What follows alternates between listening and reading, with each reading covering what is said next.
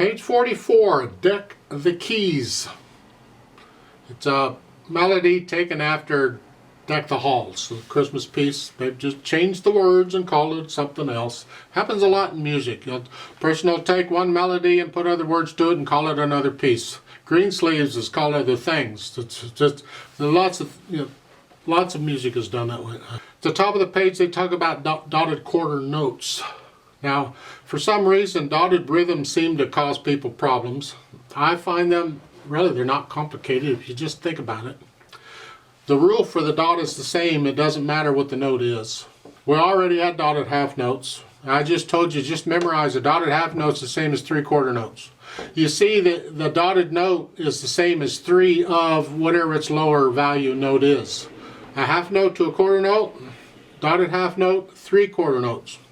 Well, a dotted quarter note, the next note down from that is an 1/8 note. So a dotted quarter note is the same as 3/8 notes, because the dot is it's the same rule for dots. The dot gets half the value of the note. With a dotted half note, a half note gets 2 counts, so the dot gets 1. It's the same as 3 counts total. Well, with a dotted quarter note, the quarter note, I'm talking 4/4 time here. Quarter note gets a count, then an 1/8 of the dot gets half a count. That's 1.5 counts.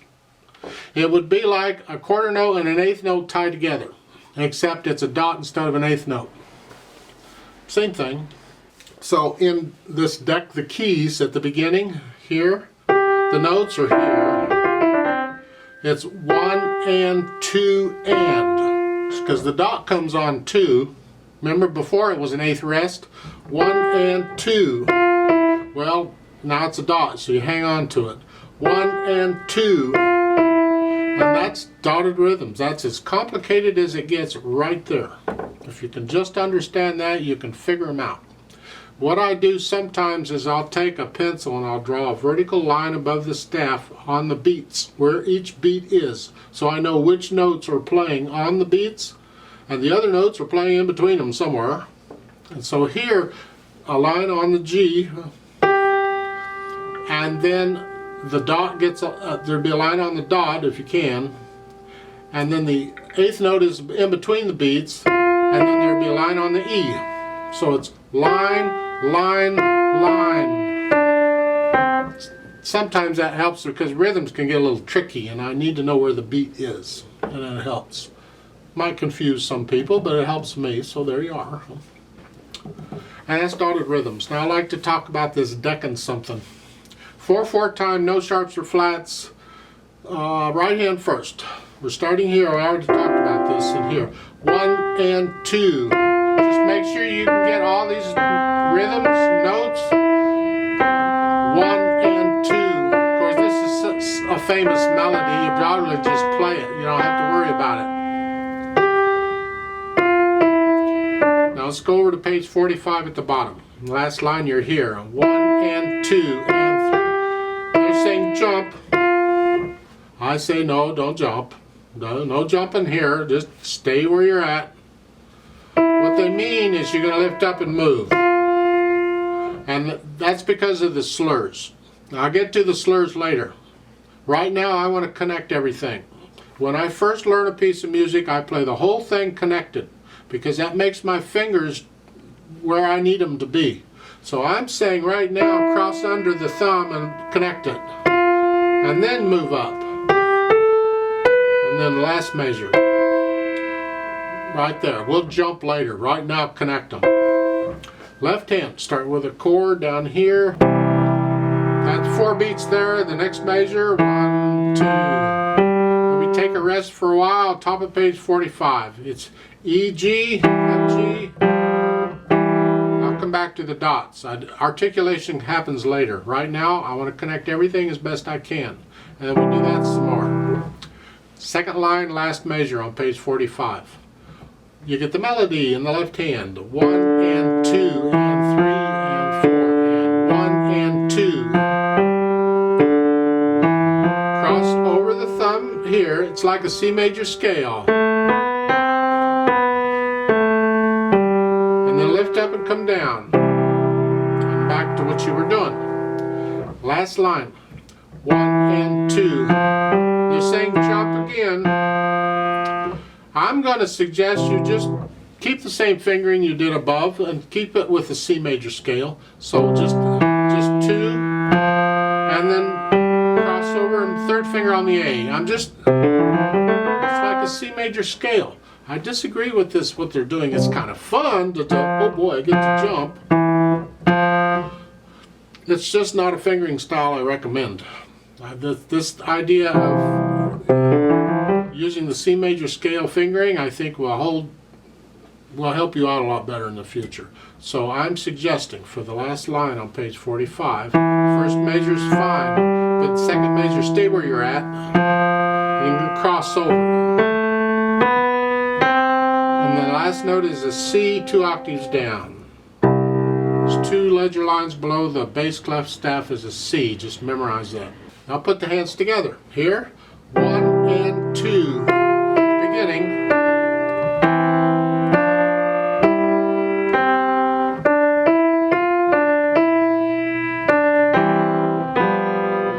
So forth. You work it out and get both hands working together. Let's go down to the bottom of page 45. We'll start with the next to the last line. It'll be the last 2 lines then. If it's here, and 2. 1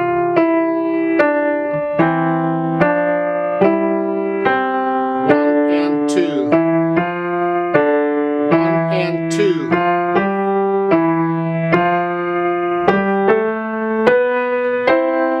See that measure? It's just a C major scale fingering. If you're doing the C major scale, like you're supposed to, then this, my scale video, you know this, and it's a piece of cake. If you haven't been doing it, you're going to struggle with this. You're probably better off with this fingering they're showing you in the book. I don't care for that fingering, so I'm showing you the other one. Once you can do that, the articulation, for the most part, you got slurs and staccatos. So just connect the slurs, lift up a little bit between each slur.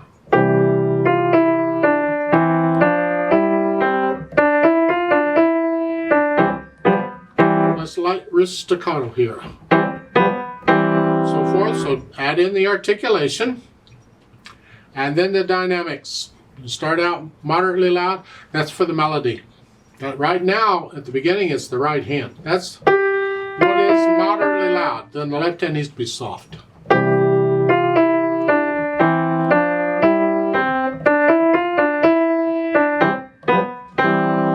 Staying that way until the last measure, the second line on page 45. Now you're soft. Well, and a crescendo up to moderately loud. Now you're moderately loud, and that's the melody. And the next line, that's the right hand. The left hand has to be soft. Now it's moderately soft. The left hand has to be very soft. Moderately loud, a little louder. You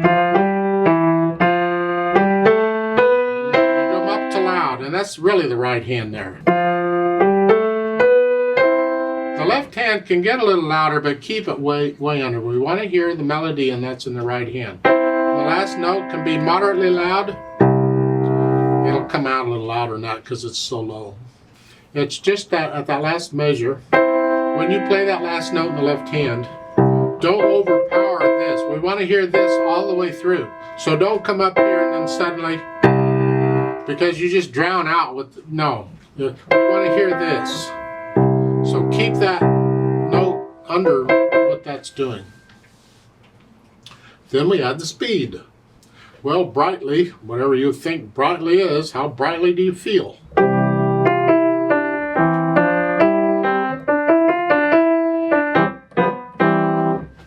Depends on the day and the coffee amount and the wine amount I've drunk and so forth or whatever.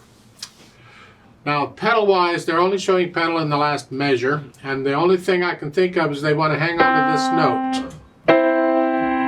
So at the end, you got all 4 notes doing. That's the only reason I can see for it. Otherwise, I'd leave the pedal out. Frankly, I think it's better off without pedal. You didn't use pedal anywhere else. Why use it in the last measure? I don't know. So I'm going to leave pedal out. I'd like to play this with you very slowly to double check the notes and the rhythms. Not going to do the dynamics. I'll give us 4 counts, so let's do it together. 1, 2, ready and go, and 1 and 2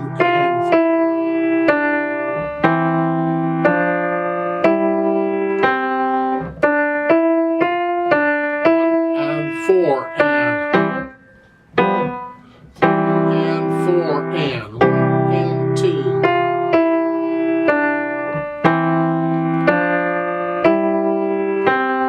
1 and 2 and 3 and 4 and 3 and 4 and 1 and 2 and 2. 1 and 2 and 3 and 4 and 2.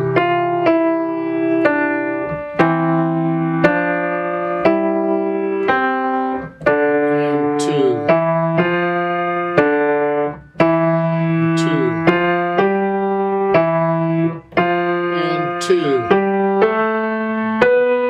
1, 2, 3.